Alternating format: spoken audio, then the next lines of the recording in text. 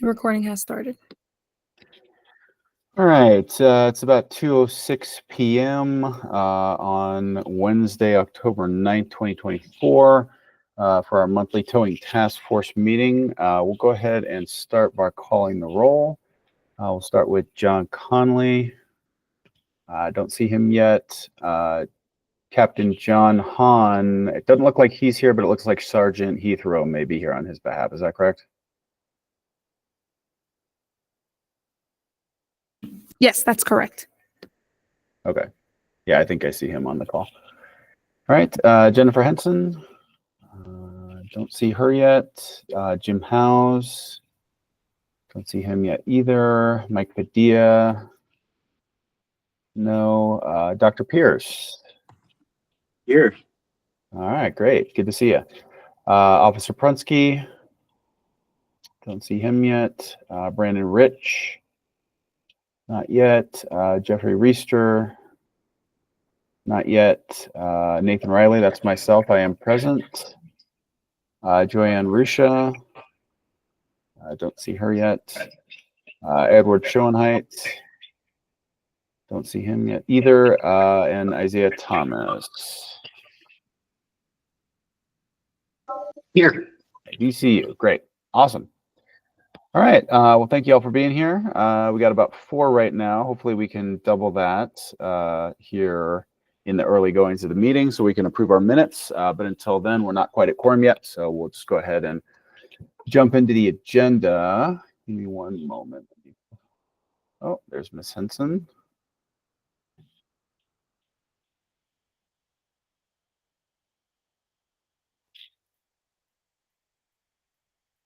All right, Miss Henson, good to see you. Just mark that you are here as well. Okay, so that's 5.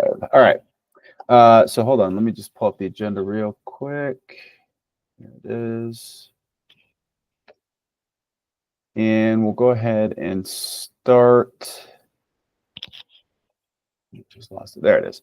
We'll go ahead and start with some administrative items. Again, just same as the last few meetings. Just make sure you're doing that OIT cybersecurity training if you haven't yet. Again, if you have any trouble, you can go ahead and reach out to Hadija. She can help you with that. She's working with people from our executive director's office of our department. They kind of run that training. So we're taking cues from them and helping that. Yeah, Mr. Thomas, go ahead. Yeah, Thomas, I just wanted to make sure she received my email. I'm having trouble getting my account set up to be able to take the trainings. So I did receive your email. I'm just waiting for a response back through Bindu because she's the one that handles all the coding with the creation of the account.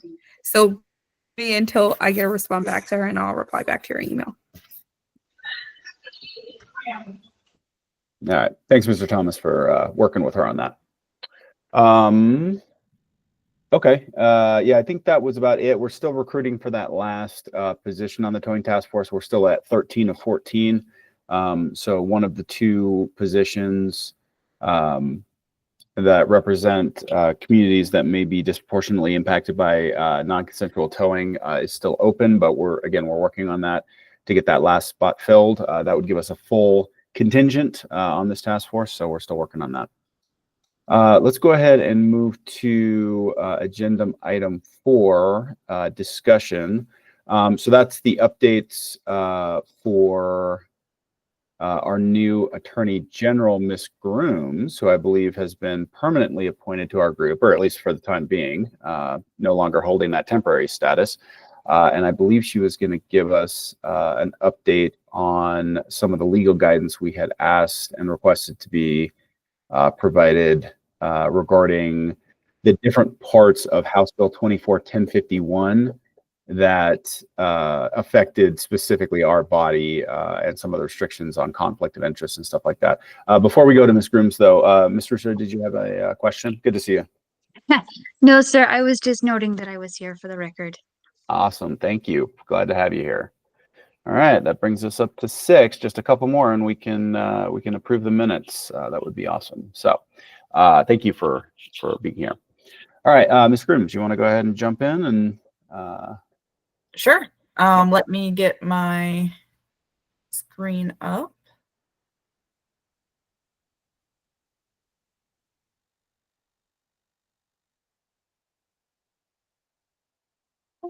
Okay, let's make sure.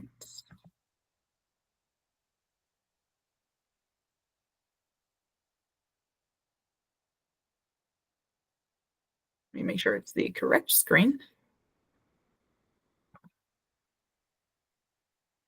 All right. Can everyone see, it says memorandum on it?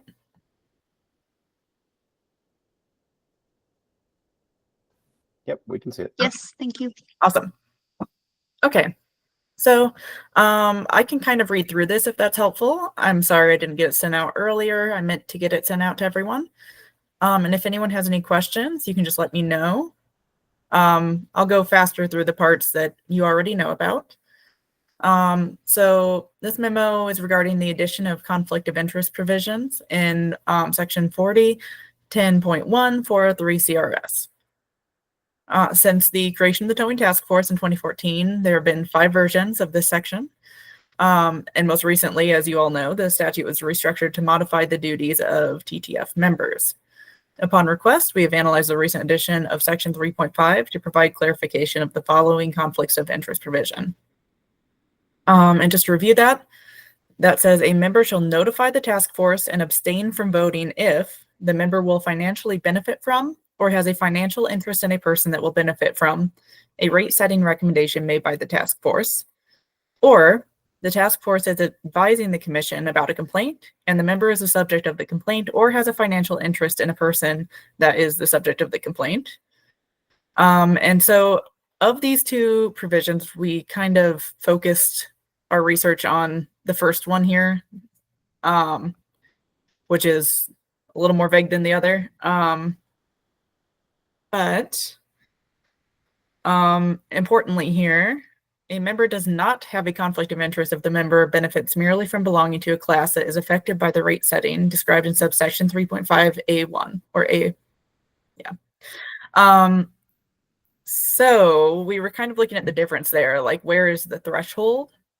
Section 2.5A sets out the requirements for the 14 members that make up the TTF. It is highly likely that members of the TTF do have some degree of interest in rate setting recommendations, and certain members will inherently be at greater risk of facing conflicts of interest than others are due to the role that they serve in the community. For example, members representing the interests of towing operations, common interest communities, and property owners who contract for services may fall within the category of members who have a higher degree of interest.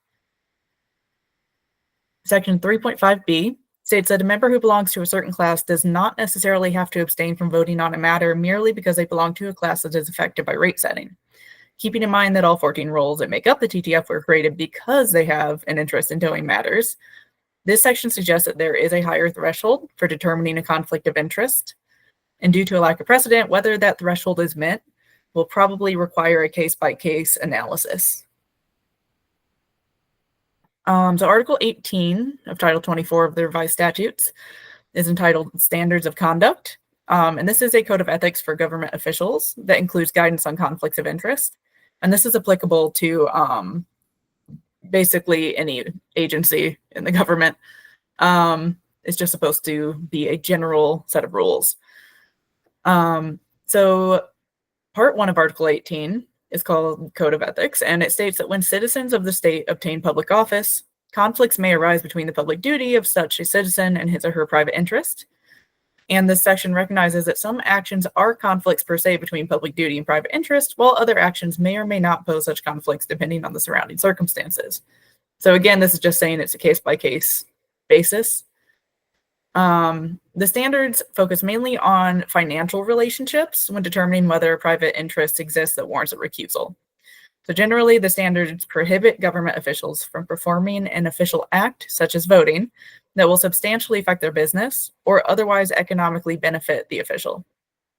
And very unhelpfully, they do not provide examples, but examples of circumstances are found in various law reviews, and the legislature actually pointed to one article that I cite here as guidance. So examples of circumstances that may require recusal include the following.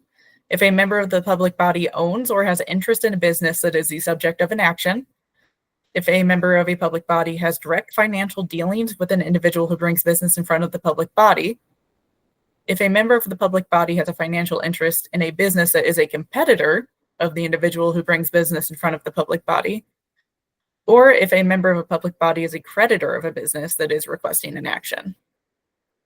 And I did include, I can send this out later, that article if anyone wants to read it themselves. It's sort of helpful.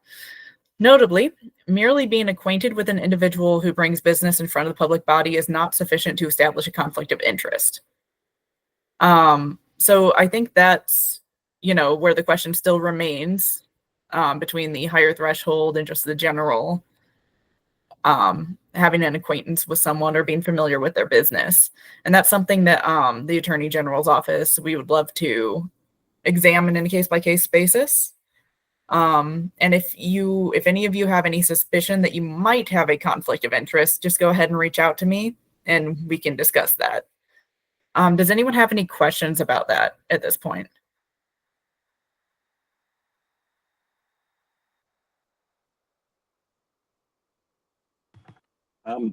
I have a quick question just because it seems like it's the elephant in the room. Sure.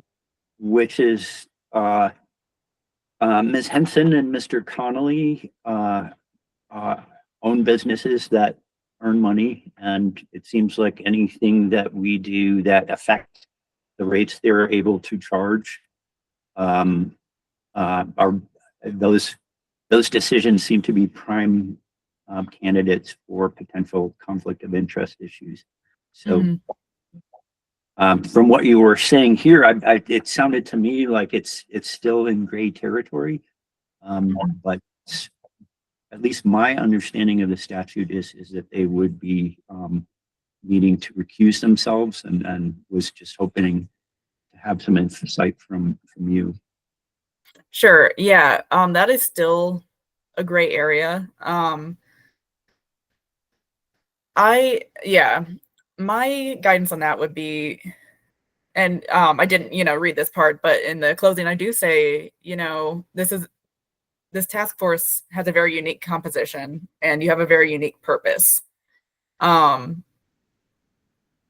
other groups, I would question maybe their involvement. In this group, I am tempted to sort of side with the idea that as long as it's a general rate setting for everyone and not a specific business, I believe their involvement is okay.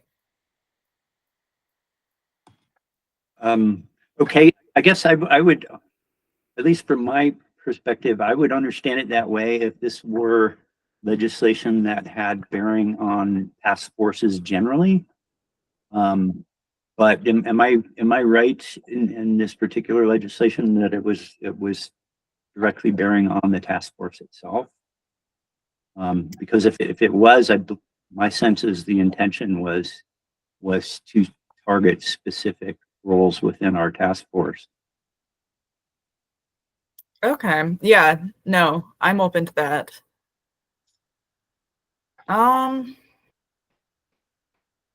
Yeah, that's an interesting question.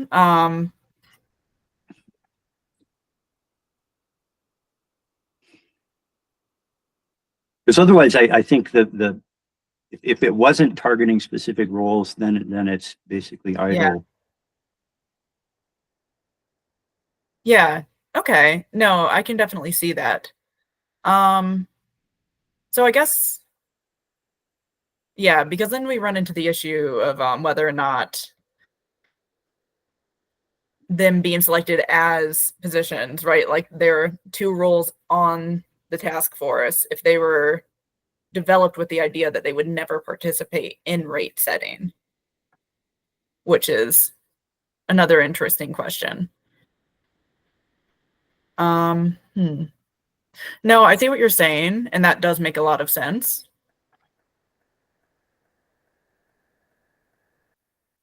I kind of have a follow-up. Sorry, I don't mean to No, go jump ahead. in on this, but reading through like the press release that was released for the governor's office, I believe it says the towing task force was established in 2014 to make recommendations to the Colorado Public Utilities Commission about the maximum rates. And like you were saying, doesn't that mean that for those two individuals, all we're doing at that point is making a recommendation? It doesn't, correct me if I'm wrong, but doesn't that mean that just because we make that recommendation doesn't mean that the PUC has to accept that? That is correct. They do not. So then I don't, and I'm not a lawyer, but in my view, I don't think that that constitutes them as, interfering with anything, because all they're doing is providing as a group with us. If we were to vote on something, I mean, we don't even have a quorum yet, but if they were to vote on something, the majority of the vote would be what would be put forward. So, we're sending that recommendation as a group. We're not, I don't see how that it directly involves their business. On top of that, I've seen that, just being here for the last 2 months, I mean, even in our last meeting, Miss Henson brought up something in regards to, I believe it was TowBook, and her experience with TowBook. Even those statements I have found very beneficial in this task force myself. So that just was my understanding from it, is that we're making recommendations. I don't see how that, I mean, I could see where, as being a part of a business, where that concern would come up, but just because they make a recommendation, I don't think that constitutes, them. It's going to take that's 2 out of how many of us on the board. That's an interesting point as well. And I think I tend to lean towards putting the value on having their voice involved, because they were selected to be a part of these discussions, and rate setting is a very important part of what you do. I know, the recommendation for a rate setting, I should say. But I do think they bring valuable insight into a unique part of that, and they might have more information on that than other members. So removing them from the entire discussion would seem perhaps unwise. Michael? Thanks. Just a little bit more background in response to Mr. Thomas, and I agree with a lot of that, but the at least from the history of this task force and seeing how votes have turned out, there also has been a pattern where on a number of topics, the members of the task force who represent non-consensual customers is very much a tiny minority relative to the whole task force. And with regard to a number of issues, the group of us have voted. We haven't coordinated our votes, but we have voted no on various issues where the majority has voted yes. And so I agree with the need for input and for participation and discussion. I think that is immensely valuable and indispensable, actually. But when it comes to actual votes representing the views of the task force, the history in my experience has been that the representatives of the non-consensual group tends to be outvoted most of the time if we have an interest. So again, my understanding of part of the reason for this legislation was to even out the interests that are being represented in the votes, so that there's not quite such a strong imbalance.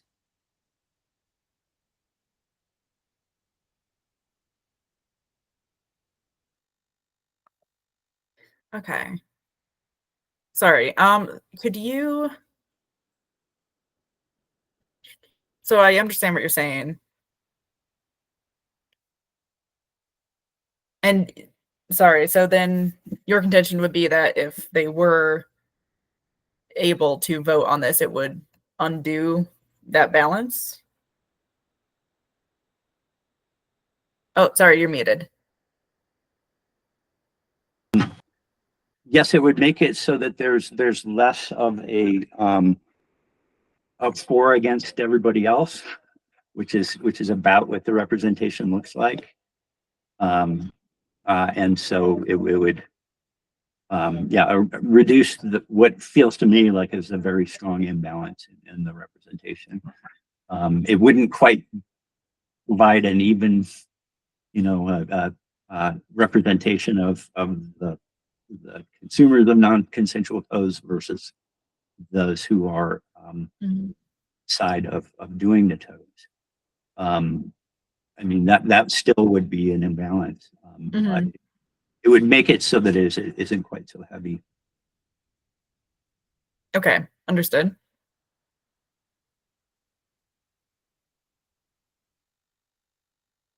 Sorry, I'm trying to wrap my head around some more of the background information to see if that affects the analysis. Kristen, I guess hearing that response, I guess my only question maybe for you or Nate would be is that being so new on this task force, when we fill out our applications as well as receive the appointment from, I know obviously there's the governor appoints the majority of us, if I'm understanding that correctly. I think the only one that is not appointed by the governor is the one for the Colorado State Patrol. But are we not kind of, in a sense, like when we apply for these positions, coming into this with the understanding that we're when we do take these votes, it's impartial, right? Is that not correct? Because I mean, yeah, they do come from that background, but the same argument could be made for myself. I represent disproportional communities on this task force, but I come from a background where I work in the apartment industry that works every day with different types of apartment communities work with different types of towing carriers as well as other businesses and whatnot. And like, I think that we're getting back into that gray area, exactly like what you stated, where I don't think there has been case law yet that has established that precedent. And, if it being new to this, I haven't taken a vote on anything on this task force. I'm committed to, putting my daily, obviously I'm appointed to represent disproportional communities. And to me, that sends the statement that I'm representing the community of the state of Colorado as a whole, residents, the people. And so, yeah, I may have a background with stuff that is related to towing, but I feel like we all on this task force have an obligation to be impartial, so to speak, and stick to the facts and to, yes, bring our prior knowledge, but at the same time know that we're doing exactly what I signed up to do for, which is the people's work. That is why we were, I believe, appointed to this board. Yeah, Ms. Grooms, I can handle that one if you want. I mean, just having, had a lot to do with the towing task force, dating back to, even 2021. And I know we have some other people that are currently members of this task force who were on the original task force, almost 10 years ago. So, but I guess my understanding, and Ms. Grooms, feel free to weigh in if you disagree with this, but my understanding of the towing task force is that it's intended to bring together a collective of perspectives that aren't all from the same place. So even dating back to the original way the towing task force was constructed with its membership, it was all coming from places that essentially had a close relationship to the towing industry. So again, we had people directly from the towing industry. We had, insurance companies that insure the towing industry. We had property owners that use the towing industry. So it was all kind of linked that way. But what House Bill 21-1283 did back in 2021, when they kind of repurposed, I guess if you want to call it that, the towing task force through that legislation, they added 4 new positions to the board. Actually, no, sorry, five new positions to the towing task force to bring additional perspectives that were more on the consumer side of things rather than on the towing industry side of things. And so that's just kind of, I guess, the lens through which I've viewed this body is we all have different perspectives that we bring with us based on either our employment or our experience or just our inclusion in these different communities or interest groups. That kind of is our role in the task force, is to be that voice in the room that comes from, again, that community or interest group. So my position specifically is the position on the towing task force that represents the Public Utilities Commission, because that's where I work. I work here at the Public Utilities Commission. So I have that perspective of how the commission and the agency as a whole, as the chief regulators of towing carriers in the state of Colorado, I know a bit about how the commission looks at the industry and looks at the different aspects of maximum rates, which the commission sets. So I bring that knowledge and that perspective with me to these conversations. And I guess I kind of always imagine that that's what all of our roles are bringing. So Dr. Pierce, for example, he's been appointed to represent mobile home park communities, and he has a lot of knowledge and experience and perspective from that community, from those groups. And so that's what he brings. And again, I think you can go across the entire roster to see, pursuant to statute, who all of our different perspectives and basically who we're supposed to be representing or where our perspective comes from, at least. So that's one of the reasons that this body has been so hard to recruit for in the past, is because, one, you have to find people who want to volunteer their time to do this, but 2, you got to make sure they fit into one of those boxes, because again, it's not just random positions, it's positions that have been appointed to represent specific groups and communities. And so that's I guess just how I've always viewed it. Ms. Grooms, do you have any additional commentary on that? That's just how I've always seen it. No, and thank you for putting it more eloquently. Sure. Okay. So yeah, I guess that's what that boils down to. Did anybody else have any other questions on the memo?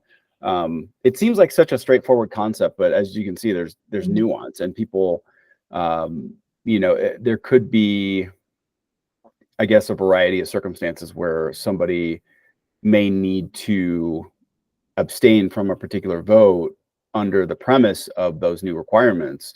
But it sounds like there could also equally be a situation where they wouldn't be precluded from voting either. So it sounds like, for the most part, and, maybe other people have heard Ms. Groom's presentation differently, but I've kind of followed along on the memo and read some of what's in there.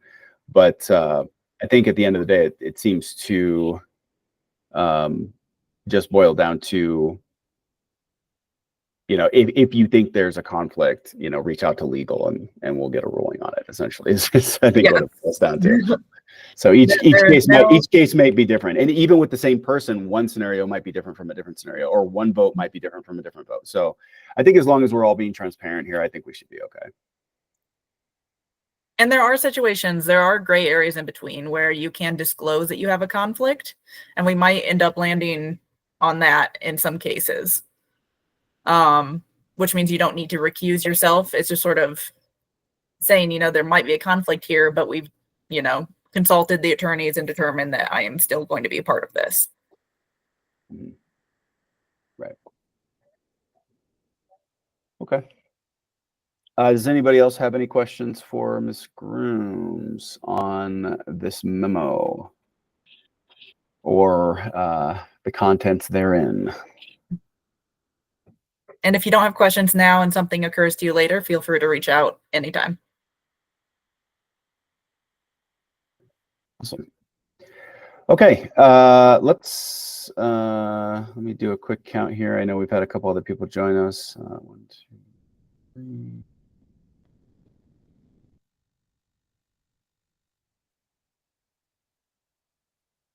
Thought I saw Mr. Reister come in, but he might have jumped back out. Okay. That's okay. We'll just keep moving along. All right. Let me see. You could probably stop sharing your screen now, Ms. Grooms, if you want. Awesome. Okay. All right. Let me go back to our agenda. Okay, so that covers item 4. Moving on to item 5, discussion on the towing task force sunset report. I know a lot of you remember we had a gentleman from Copper. That's one of our divisions here in the Department of Regulatory Agencies that essentially engages in agency and group audits and things like that. Basically, they come in and they review everything related to something like the towing task force, for example, or maybe a government agency like the PUC, for example. And they do what they call a sunset review, which is basically them just seeing if they want to recommend to the legislature that it continues or it doesn't continue, or maybe it gets changed a little bit.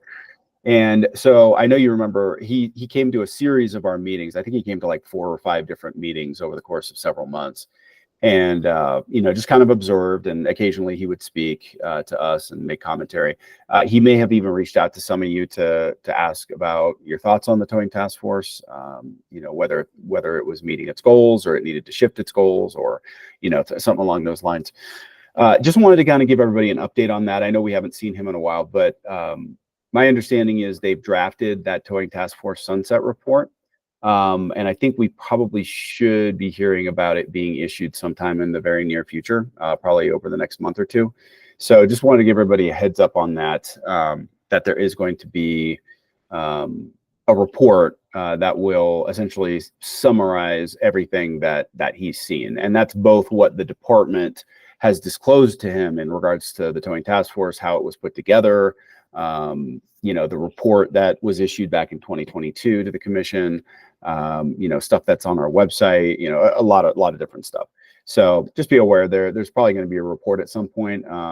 When I hear about it and it's been issued and it's public, I'll be sure to make sure it's available if anybody wants to see it.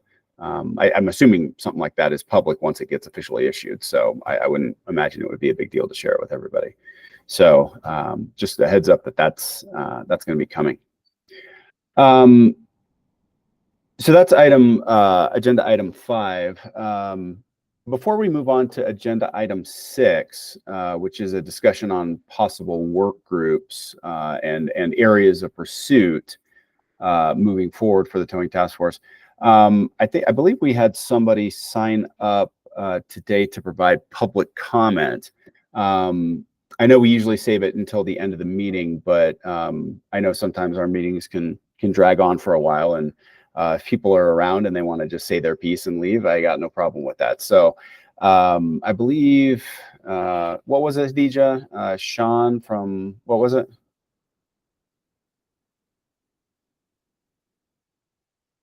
Could you repeat that again, Nate? Who was signed up to provide public comment today? His name was Sean from All About Towing. Okay, so Sean from All About Towing. Do we have Sean from All About Towing, or somebody from that towing carrier who wanted to? So her name is Shauna. Oh, okay. Sorry about that. Apologies. So it's not really a public comment. I just need some clarification because we don't have like attorneys at our disposal to, translate the law English into everyday understandable English. Sure. And I'm not an attorney by any means, and neither is anybody that works here.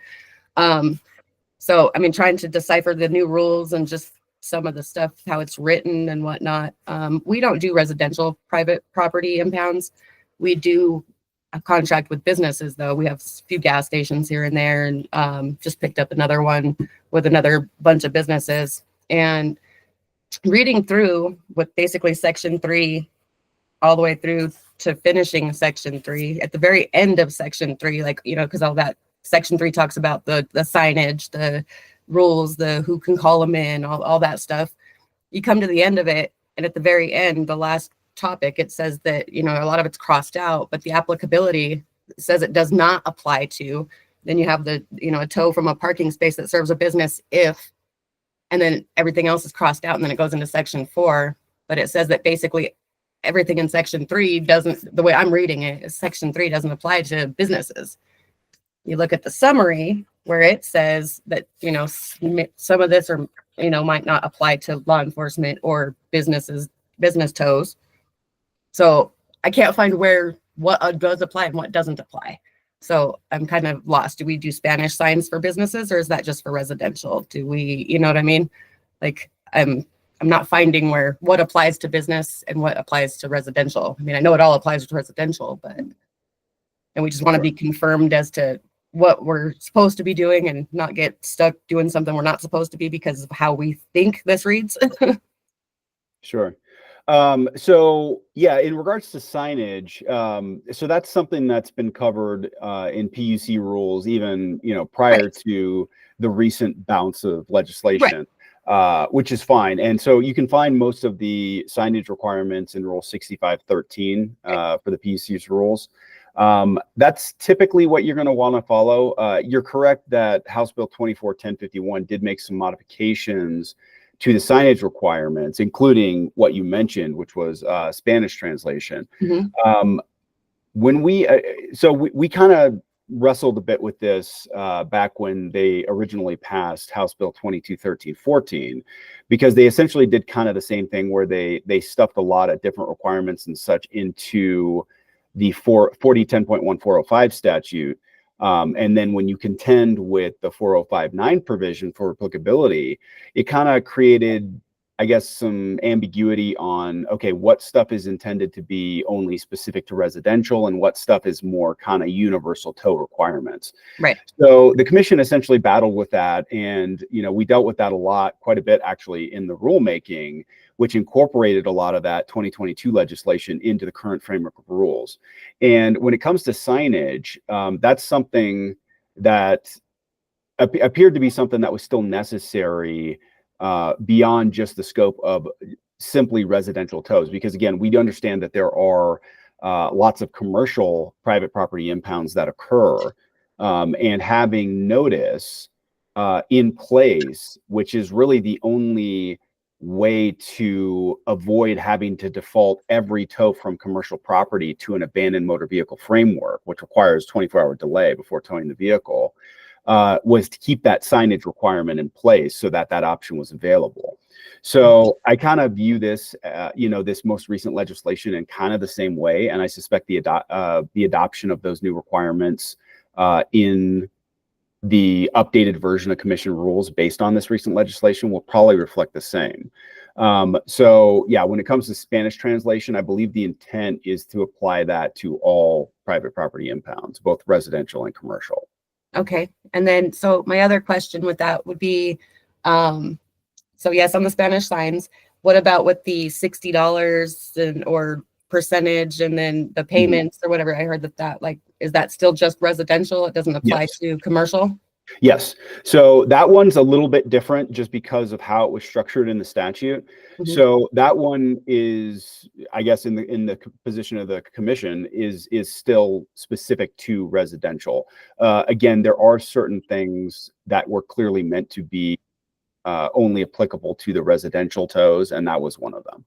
So yes, the way it's structured in the rule, I think you can find it in Rule 6512L. It makes it clear at the beginning of that rule, this is a residential PPI requirement. It does not extend to commercial. Okay. And then, so is that goes the same for the 24-hour notices or warnings? Yes. Okay. Yes. So that's not, they can be immediate from the businesses? Yes. Okay. And I think, so then, yeah, I guess that answers my question. We should just go ahead with the Spanish signs is pretty much the only difference. We need to start adding those to our current properties that we have signage up already. And then our new ones will just do both at the same time. Yeah, and you can always reach out to us with these more specific rule questions. So you can reach out to the PUC. You can even reach out to me personally if you like. And yeah, we're happy to kind of walk you through this. I get calls all the time, almost every day, on towing rule related questions. How I'm happy. how can I reach you? Let me hold on a second. Here, I'm going to go ahead and just type my number here in the chat for you to see. Okay. And you can feel free to give me a call anytime. Sweet. So that's my direct line. If you ever want to give me a call, feel free. Oh, you'll probably be hearing from me. It'll be better than having to sit Not through a the meetings and waiting for a month. Not a problem. Not a problem. I mean, I And- try to catch all these meetings after you guys have recorded them or whatnot and try to get as much info off of that as I can. But sometimes my questions just don't seem to be focused enough. So No, we get it. And just in case you weren't already aware, let me go ahead. I'm going to put the Towing Task Force website in the chat as well, in case you want to look there. Again, all the recordings are present on Yep. that website. Okay. So feel free to go there. And if you want to watch any of our previous meetings, there's like dozens of them up there. So Yeah. feel free Yep. to watch until you just can't listen anymore. oh, trust, I've been doing it. I haven't gotten through all of them, but you know, like you said, till you can't stand it anymore, you got to take a break. pretty much. Mr. Thomas, did you want to weigh in response to Ms. Pooley's comments, or did you have any other thoughts to share while she's still here? Yeah, just to, because I've actually, since people have found out that I've been appointed to the task force, I've gotten this somewhat similar question to what hers is, and so given her background, I was wondering if you could help clarify this. And again, I don't know, like as she said, if this falls under any sort of legal advice or not, and if we can even answer this. But are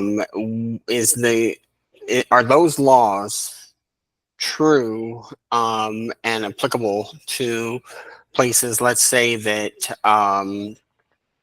there is a like in downtown Denver where there's a mixture of residential and retail or commercial properties that share a parking lot or space or anything like that. Do those same requirements have to be followed? Because I heard you mentioning like I would assume that a business is considered private property based off of what you just said to her, correct? Yeah, well, okay. So, and this is something that we dealt with, especially like we put a lot of time and mental energy into trying to sort this out when the big tow legislation passed back in 2022, because of how it was structured here, and specifically the 405(9) applicability section, kind of outlining, oh yeah, this stuff is kind of more meant for residential private property impounds and not commercial. And it even, I think even with the adjustment they made to that subsection 9 in the statute as part of this more recent legislation, even this year, I don't think it really changes the scope. And I've reviewed it multiple times. I don't really think it changes the scope of kind of how we've been treating it since back in 2022. I think it just kind of, if nothing else, simplified the language a little bit more. But yeah, basically, in most instances, you can tell, just by the eye test what kind of tow a particular tow is. So you can just look at the property and be like, oh yeah, that's residential, or oh yeah, that's commercial. And in 99% of cases, you're going to be right because of just the way it falls. But there are, like you mentioned, some anomalies in what we would refer to as mixed use properties.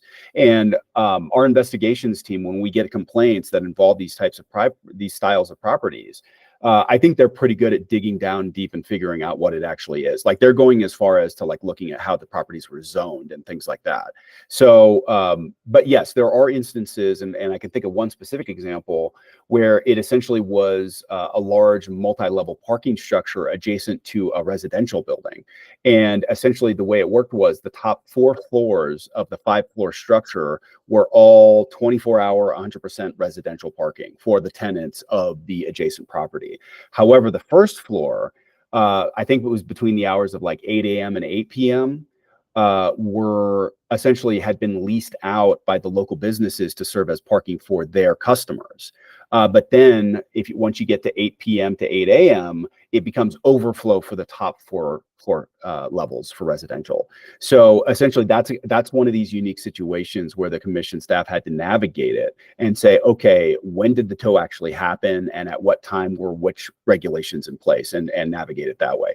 So I think we do a pretty good job at sorting through those types of issues when they are some of these more anomaly style properties that maybe could be viewed in one lens at a certain time, but another lens a different time. And so, yeah, we're doing our best to kind of try to sort through those and make sure we're applying the correct regulatory scheme at the correct time. But it's been tricky, but I think we've done a pretty good job. So does that address, I guess, your concern, Mr. Thomas? Okay, thank you. All right. Yes, Ms. Pooley, go ahead. So I do have one other question. It's kind of related. So we get phone calls actually from residential properties when they're doing their pavement resurfacing. And we're not their tow company. A lot of them, because we're located in Broomfield, a lot of them don't even have tow companies. So they'll call us wanting us to come, and most of the time they want to do impounds versus the property paying for us to just move their cars, or they don't have a place to move them. How does that end up working? Like, because we're not contracted per se. Like, do we need to get contracts in order to do like parking lot resurfacing impounds? I mean, how does that end up working? Well, so if you don't have, I guess, a established relationship with a particular private property, it's very unlikely you're going to have signage there either. And Exactly. so if that's the case, then really you can't fall back on the provision in the rules under 6513 that notice was provided at and when the person came and parked on the property. You know, even if it's a property they live at. And so in that instance, really, I refer to these as spot tows or cold calls. And basically, it's just some private property owner reaching out to you and saying, hey, I need a vehicle or multiple vehicles towed. But again, without that previously established relationship and without that signage, more importantly, which is what we refer to as the notice, that's a way to establish notice was provided when somebody came and parked there. If that hasn't actually been provided, if you can't demonstrate that has been provided through signage or, you know, potentially some other means, then really the only way you can tow a vehicle from that private property is by an abandoned motor vehicle framework. And that requires the vehicle to have been there for 24 hours before you can tow it. So we are currently incorporating into so there's, just so everybody knows, there's a current rulemaking going on at the commission that's going to largely, more than anything else, is going to incorporate the new statutory provisions under House Bill 24-1051 into the current PUC rules. So it's already going. We introduced the rulemaking about a month ago. The public comment hearing for that is a week from this coming Monday on October 21st. At 11 a.m. And so if anybody wants to participate, I would really encourage you to do so. Two of the things that we are adding that kind of ties into what you're talking about, Ms. Pooley. One is in regards to these resurfacing type events. That's something we've kind of wrestled with probably as long as I've been at the commission, over a decade. And so I think we're finally trying to put something in rule that addresses kind of the parameters of that exercise. And so that's one thing we're putting into the rule that hopefully will help solve that particular issue. The other thing we're putting in is a little bit more guidance on how to appropriately engage with an abandoned motor vehicle tow. Again, if you actually look at the statutory definition of an abandoned motor vehicle in Title 42, it specifically requires the vehicle to have been there for at least 24 hours before it gets towed for that reason. And so because of that, I think we've always just kind of had an informal direction to the towing industry that as long as you can demonstrate the vehicle was there for 24 hours, then you've met that requirement. But what we're putting into the rule is something a little more guided and saying, hey, if you do it this way, it'll for sure work. It'll for sure meet that criteria. So we're hoping those types of inclusions in this most recent rulemaking, the one that's pending right now, will be helpful to address the kind of situations you're talking about. We've pretty much just had the properties when they call us asking about it, because they'll call us in advance. So when they say they send out their emails, they put up, you know, flyers, posters, all the stuff all over their property.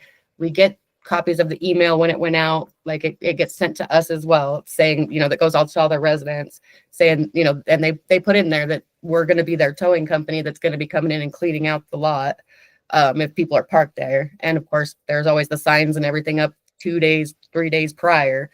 And I mean, I've just always had my drivers make sure that they take pictures of all the signage where the lot's supposed to be getting resurfaced. If there's been anything that needs to be towed, is that considered sufficient enough? Because I mean, it includes all of our info. It's just not a permanently affixed sign for them.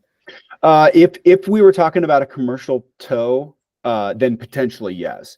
However, if we're talking about a residential property, even if it's a cold call, a spot tow, even done under the abandoned motor vehicle framework, it's still a tow from a residential property, which means it's still going to be required to adhere to the 24-hour notice standard. And that's with parking lot resurfacing and everything? Yes. Okay. If you're impounding the vehicles, then yes. Okay. All right. Well, that is good to know. That answers those questions. So, all right. I think I don't have anything else now. But if I do, I'll bug you later. Yeah, of course, no problem. Like I said, feel free to give me a call anytime. And thanks for coming and sharing your thoughts with us. I think it's good for everybody on this group to hear this kind of stuff. Thank you very much for having me and for answering my questions. Awesome. Thank you. Thanks. All right.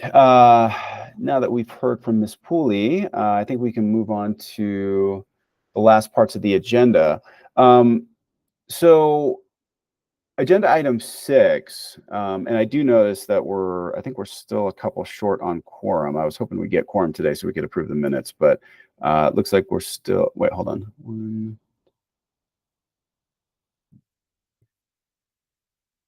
Yeah, we're right at 5. But we have 2 phone calls on, but I don't know who they are, so I don't know if they're members or not. One is Jeff Reister from the Department of Law. Oh, Mr. Reister, thanks for being here. So that would put us at, I think, 6. Hold on, 1, 2, 3, 4, 5. Yeah, that puts us right at 6. So we're still a couple short. Yeah, we'll see if anybody else pops in before we close today. But the last item on the agenda for discussion. And then, of course, we can have open discussion if anybody else has any points they would like to add, is to discuss possible work groups maybe we could put together. So I'm thinking, just off the top of my head, I'm thinking something where maybe we could set it up where maybe 2, 3, maybe even as many as 4 members of the task force, we essentially can sign them up. And again, we can decide how those will be populated, like which people would go into which groups, but to focus on, you know, some of the bigger topics that we've been discussing probably over the last year or so. So immediately what comes to mind, and again, feel free to reference, you know, some of our previous agendas or our previous meeting recordings or even the minutes to explore this a little bit. But some of I think the bigger topics we've talked about that we might want to kind of hone in on and really develop some good work around is the annual inflation adjustment, which I think could also tie into the fact that the PUC is using the CPI metric. And just so everybody knows, that's something the commission appears to be open about in other industries too, beyond just towing. I know that doesn't have much to do with us, but just so you all are aware, at present, it's really the only inflation adjustment mechanism that's installed for any of the carrier types where the PUC oversees rate regulation. However, recently, it's been brought to my attention that the commission may be open to exploring that concept in other industries beyond towing. So having said that, I think the work we put together to determine what indeed we think is the best metric to be using for towing could potentially be used to extend to other industries where, you know, that kind of a pathway is also being considered. So just FYI, some of the work we do here could potentially have, you know, an effect on other industries that the commission regulates. So, which I think is a positive thing, because if we're able to identify maybe a better metric to use beyond just the flat CPI, which is what the commission has been using, you know, maybe that same more specific metric might work or be something the commission might want to consider for other industries if they're going down that road in other areas and other brands of transportation. So I think that makes it all the more important for us to dive into that and make some decisions and do some additional research. So that's one that comes to mind is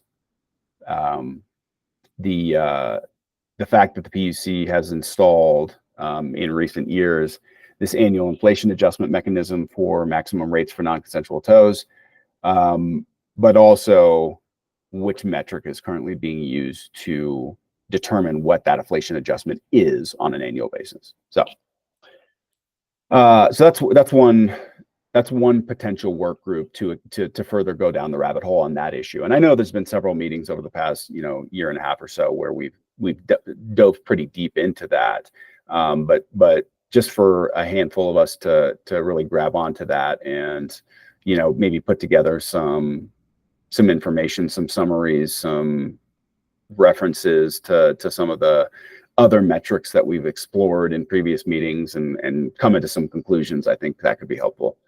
Other ideas, I think are, further exploration on whether or not the particulars of the maximum rates for non-consensual tows, like the different categories of rates that are allowed, still fit. That's another area that I think could be open to further exploration. So for example, the different categories that the PUC allows, the flat fees for the hook fee, which is kind of the all-encompassing amount that a towing carrier can charge for a non-consensual tow based on the GVWR of the towed vehicle. Mileage charges, fuel surcharge is also allowed. Storage fees, after hours fees, things of that nature. Obviously, there's certain things we can avoid, like statutory notification fee, because that's set in statute. But some of the other ones are ones the commission they came up with and they allow, and in some cases have allowed for a long time. So that could be another area of exploration. I want to say there was one more that I thought could be further explored. Maybe the part about consensual tow, I guess, comparison, because that's something they added to our statute 2 years ago as part of the 2022 legislation, was to essentially at least have our group consider the rates that are being charged for consensual tows and kind of, I guess, compare and contrast that to what is being charged for non-consensual tows. We kind of addressed that to a certain extent in their 2022 report. And obviously there are differences between the non-consensual tow and a consensual tow in what's required for both and all of that. But it's still something pursuant to statute that the legislature wants us to consider. So, spending a little bit of extra time in that area, I think could be helpful too. Those are probably the big three I can think of. I'm sure there's maybe one or two other ones floating out there, but does anybody else have any other ideas of where we might want to explore? Yeah, Dr. Pierce, go ahead. Sure. And this also, I think it goes hand in hand with the analysis of the consensual versus non-consensual rates. But we conducted a survey and that was aimed at gathering some of the data we needed to do a decent comparison between consensual and non-consensual rates. And then I thought there was an appetite to try and refine that survey. But my thinking of here is just a group working on getting survey information together that it would be nice to see in a survey. And if I recall, I thought there was there may have been new rules or new legislation where survey information may be part of registering. But I was hoping that we could weigh in on just getting survey information. Yeah, no, and I thought that that was a good thing that the commission or that the towing task force did back in 2022 was that survey. We didn't get the results we wanted. It wasn't as high a level of participation that I think we all would have preferred. But I think there was still some good data that we could glean from those numbers. And, the people who filled it out, tended to fill it out pretty completely. And we were able to compile the data and do all that. And yes, Dr. Pierce, you are correct that as part of the legislation they passed this year, House Bill 24-1051, they did put in statute. It's even within our 403 statute. It's the part that applies to the commission, though, not to us. But it does allow the commission to put in rule certain, I guess, operational data collection as part, and to make it contingency of the permit.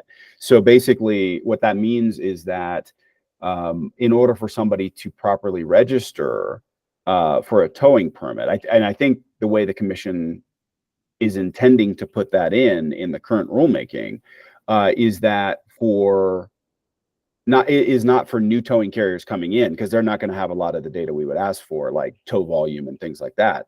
But for renewing permits is for them to disclose various components, such as how many tow trucks they're operating, the volume of towing they're doing on an annual basis, what categories of tows they are, and what percentages of their tows are in each category, things of that nature. There's also something in there for consensual tow pricing as well. So that was all captured in the statute. So it's not a big leap for the commission to essentially take those specific data points that are referenced in statute and just jump it over to rule. But the commission can't do anything or actually implement it until it actually goes into rule. So essentially, even though the rulemaking is pending now, the commission has to wait until those rules have been officially adopted before they can actually mandate that information be submitted as part of a contingency of the permit issuance.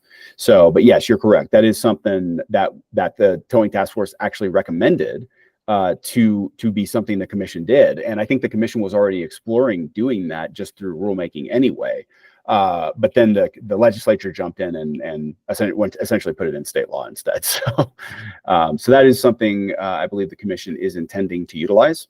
So far, well, I won't go into it any further than that. But yeah, that is a tool that looks like it will be available in the future. Now to what point the commission is actually ends up asking for specific data points and what that information should or even could be utilized for, that's a different question.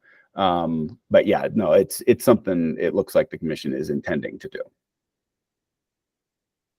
Okay, because just to recall, part of our problem was low response rates, right? And so it was hard to say we had a representative sample, and so with this legislation in place, it looks like we can get a really nice representative sample, because everyone applying for a permit will have to supply information.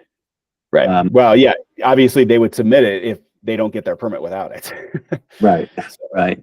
And so that would help us out immensely. And then I thought that it would be worthwhile to have the bunch of us think of the kinds of questions that would be super helpful for us to track whether or not the rates that are currently in statute and the CPI adjustment or replace or alternative, whether those are decent rates given the information that we're tracking. And then also, just because because of my data science orientation, I would just really love to see us do another version of what we did before, but with our questions a little bit more finely honed, so that we're not getting inconsistent interpretations like we did in our last go round, where it was really hard to trust the responses because we didn't know how they interpreted. But yeah, I would love us to have data, so to work on getting more surveys going. Okay. Thanks for sharing that. Ms. Shrusha, go ahead. Thank you, Mr. Orley. So I have two questions. The first, I know I asked before, and I should know the answer by now, but it's maybe been a few years. So as it relates to like the fees, and we currently have like the after hours fee. That's not that fee is not in statute, right? Like that's just by rule. I guess, and the reason why I was asking is because I couldn't remember if we had any flexibility in making any recommendations on that fee or putting other like stipulations around it. Like for example, I think Utah used to be that like you could only charge it if you were open 24 hours, and then they changed their statute. At least I know now it says like, you have to, be able to release the vehicle 24 hours, a day, 7 days a week. So, but again, I'm not saying that we would have to endorse such a proposal, but I was just wondering, like under statute, is that something we could consider as a recommendation, just that after hours piece? Yeah, I think it is. And in fact, I think a lot of the fees that are outlined in the commission rules for various services, are on the table. I think most of those have been constructed, and some of them are admittedly long-standing, like the hook fee, for example. That's been in existence for forever. I think there may be in the past, has been different breakups of, for example, different fees and different charges for even the non-consensual towing of a vehicle based on what kind of equipment was being used to tow it. So like, winches versus pulleys versus flatbed, that kind of thing. It may have been split up like that in the past, but not since I've been here. Since I've been here over a decade, it's always been the hook fee. And that's kind of an all-encompassing fee, flat rate, pretty much, where essentially that covers a lot of the different services that the towing carrier is providing. Essentially just traveling to a location, hooking the vehicle, and taking it back to wherever they're taking it. So, but yeah, even that was something that just was constructed by the commission.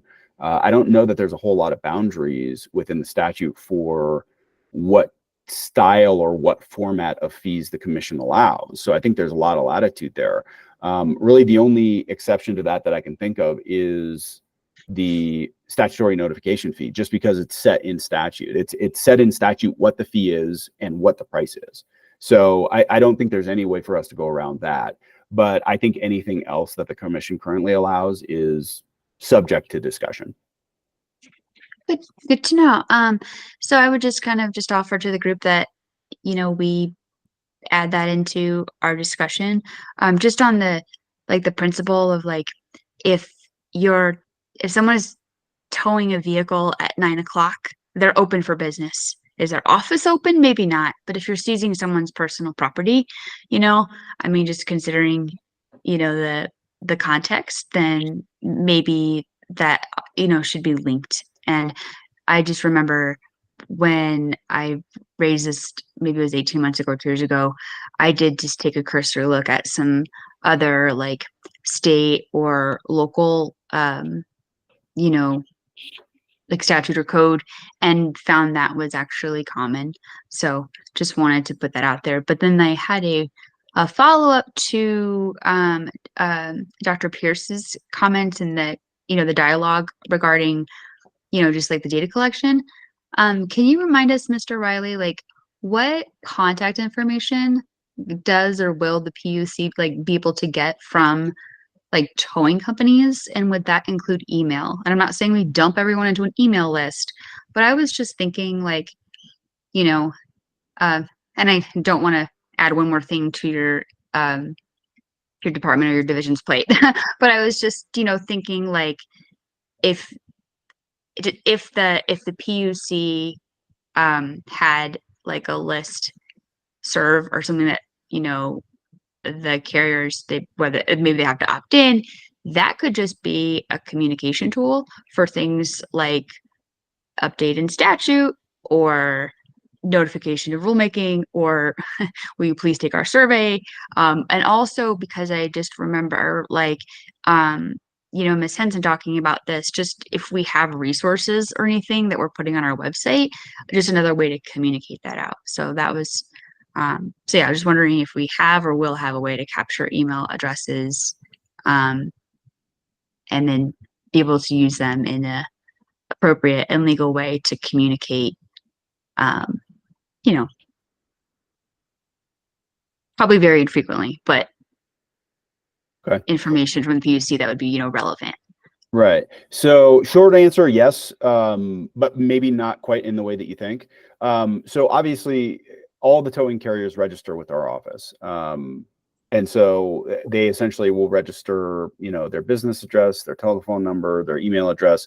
Some of that stuff is available for whoever wants to see it through our permit search function on our website. So you can pull up carrier profiles of all our different regulated carriers.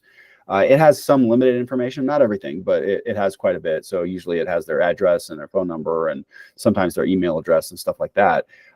We can pull that data from our internal systems fairly easily and essentially compile lists of email addresses, for example. So we do it every time we have a rulemaking, for example. We're required to alert all the different stakeholders, including all the current active permit holders for a particular group that is the focus of the rulemaking.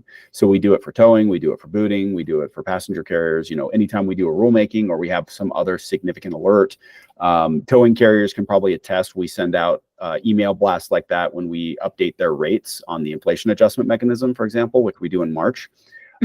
We send them up the updated sheet. We say, hey, these just updated effective today. Here's the new sheet. Please start using this, or you can start using this, stuff like that. So we can do things like that. And that's actually how we did the survey 2 years ago as well, is we as the task force, we put the survey together, but then the commission essentially organized the administrative distribution of it and the receipts back. So that is a tool that I believe the commission would still remain open to sharing, just like they did back in 2022 with the survey. So if there's things that the towing task force wants to get out there to the industry, I think we could probably do something like that. Again, I don't see an issue with that if that's kind of what you're saying. But you were talking about like a listserv with signups and stuff. I don't know if we could set something like that up, but we can manually do this. Okay, I was just thinking because there might be some limitations on put you on an email list, but I mean, I don't know how. I think generally, if this were private industry, if something was product related, like you bought an airline ticket and they're notifying you of a schedule change or whatever, versus just marketing. So I was just wondering if that was a tool that we had, because we could also communicate, other information that that they need to know. But if that's already being done, then maybe that would be redundant. But I was just thinking of ways that we could also perhaps use that the email function and maybe send out an email before we finalize the survey design, or do you know what I mean? Just or maybe just a kind of a heads up something is happening, because that would also kind of invite public or written comment, which could help inform us, before we kind of hit this, you know what I mean? The final version, save, send button, you know what I mean, of a survey, just in case there's something that,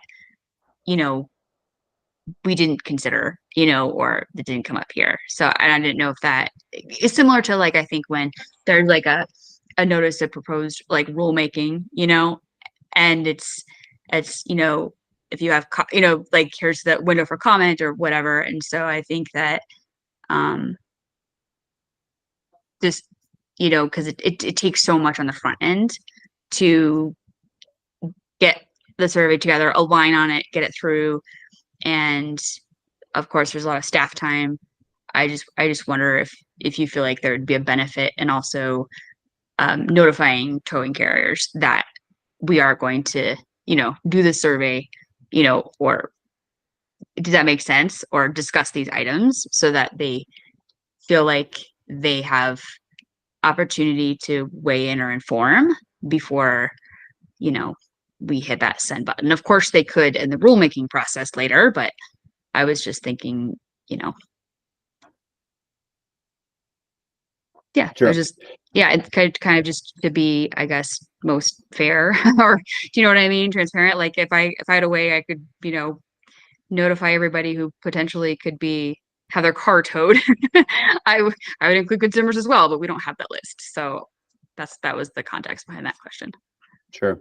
Yeah, no, and I think, we can explore that. I think, we did something similar with the survey where we kind of, I think, let people know it was coming, and then we sent it out, and just so people weren't surprised on what it was and what we were asking for and the purpose behind it and all that. So yeah, I think that door is pretty open. For us, I think the commission would be happy to support the towing task force in whatever way it needs. And so, I can act as the throughput for any requests to the commission for various things, and, let them know what the task force needs. And I think in a lot of cases, unless we're asking for something bizarre, I would imagine the commission would be willing to help us. So, and the commission has the information, so that makes it easier for them to help us. So.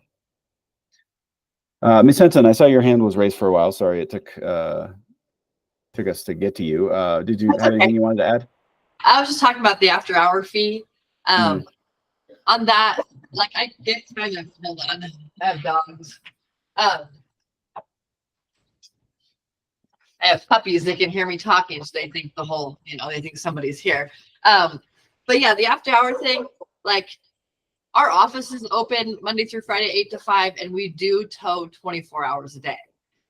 Sometimes we bring in non-cons later at night if it's like, a gas station and it's blocking an entrance and is a hazard to something. And we'll always meet the person there if it's within the first 24 hours of towing their vehicle, we'll meet them there. But kind of a question on that is, if somebody is doing a payment plan and they are coming and they want to come after hours, we've had their car for 18 days, and then they call, we never heard from them. They want to do a payment plan and they want to do it after hours at 11 o'clock at night.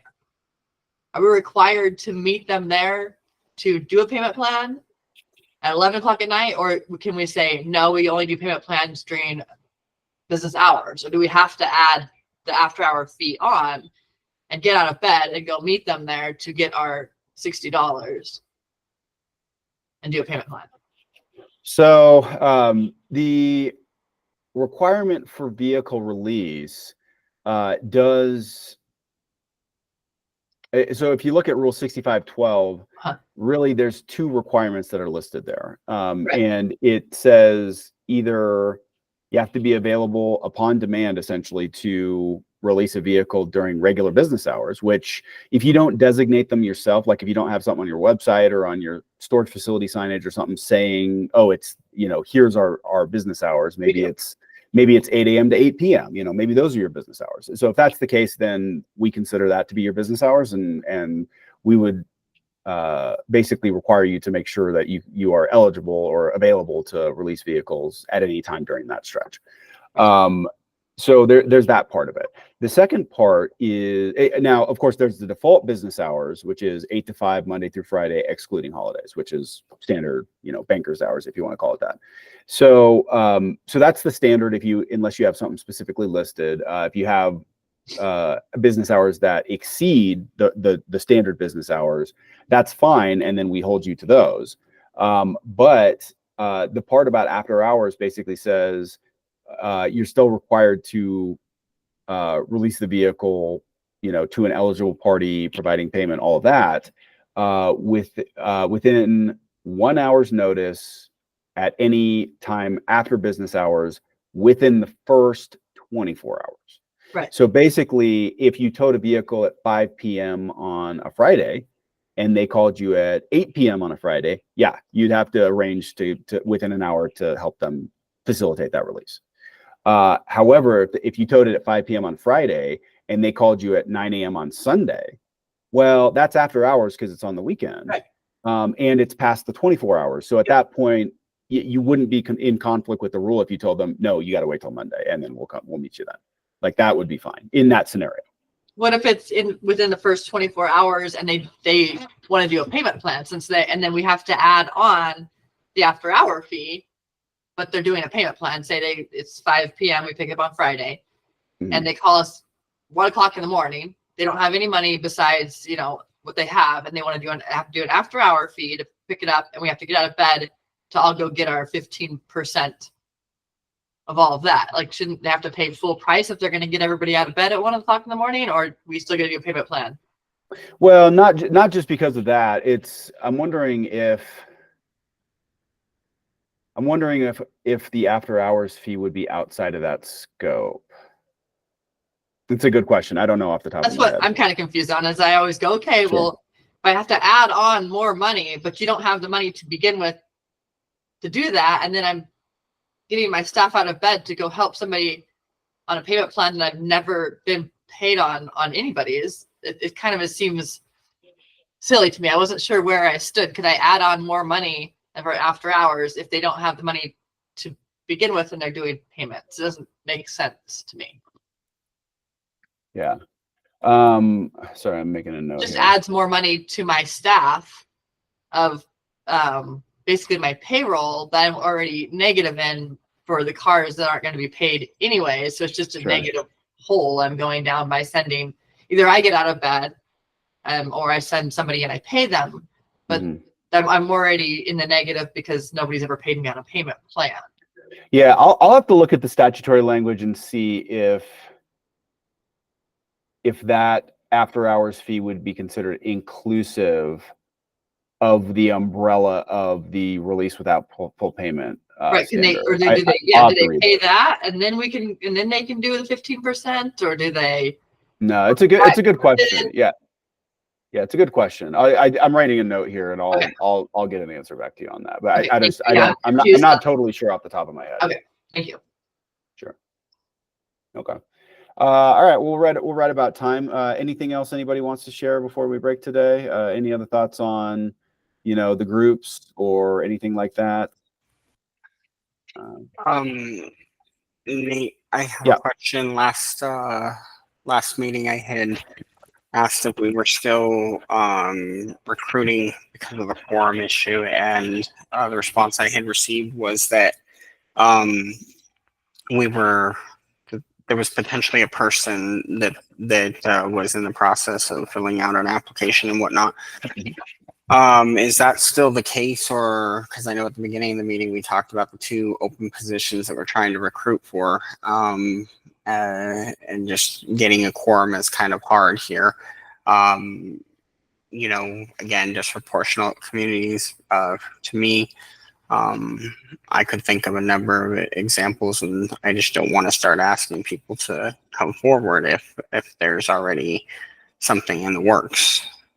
Yeah, I mean, it's hit and miss. Sometimes I hear there's progress, and then other times I won't hear what's going on for a while. So, I mean, if you are aware of someone who has interest, I would just tell them to go ahead and apply. Even if they're in the middle, if someone else is being considered, I would still have them put in, because again, it doesn't take more than 15 minutes to fill out that governor's office application and submit your resume to put it up there. So yeah, I mean, it's not a huge time commitment to just put your name in the hat. So I would, of course, encourage that. Again, we have a link to the governor's office application on the Towing Task Force website. And I know I linked that in the chat earlier. So you can just literally have them go to our website, click on that link. It'll take them right to where they need to go at the governor's office website. And then they just select Towing Task Force from the dropdown and then fill out the application. Like I said, I think it took me 15 minutes when I did it. So yeah, it's not a huge time commitment to just put your hat in to be considered. And again, it's depending on if something else is going on, but then it stalls out. That's happened before. So yeah, if you know someone who has interest, I would encourage you to have them apply. Thanks, Mr. Thomas. Yeah, Ms. Rusha, and then we'll wrap up. No, I was just what I put in the chat, just on the work groups. I would be happy to volunteer. I'd be interested in any of them. So if you would like to sort of assign me, Mr. Riley, or I just tell me where to go. But I just wanted to say that I would be more than happy to do a work group. Maybe I'll be a work group of 1, but I I wanted to say that before I left because I did have a hard stop at Yeah, no. 3:30. Yeah, no, that's fine. And I may just, put together some work groups based on what we talked today and some of the subjects, and maybe just pick random names and kind of put everybody together in some of these groups just to give everybody kind of a more targeted approach to what we're talking about in these meetings. And then maybe I'll bring that to the next meeting. If we stay on the same track, our next meeting would be on November 13th at 2 p.m. So if you want to go ahead and mark your calendars, that's what it looks like it'll be, is Wednesday, November 13th, 2 p.m. Well, thanks everybody for being here today and the discussion. I think we covered some good stuff today. So yeah, like I said, our next meeting will be on Wednesday, November 13th at 2 p.m. You all can look for the invite here, ideally before the end of the week. And yeah, just make sure and mark your calendars to try to attend that. And otherwise, thanks everybody for your time today, and we'll go ahead and adjourn. It's 3:32. Thanks everybody. Have a good rest of your week.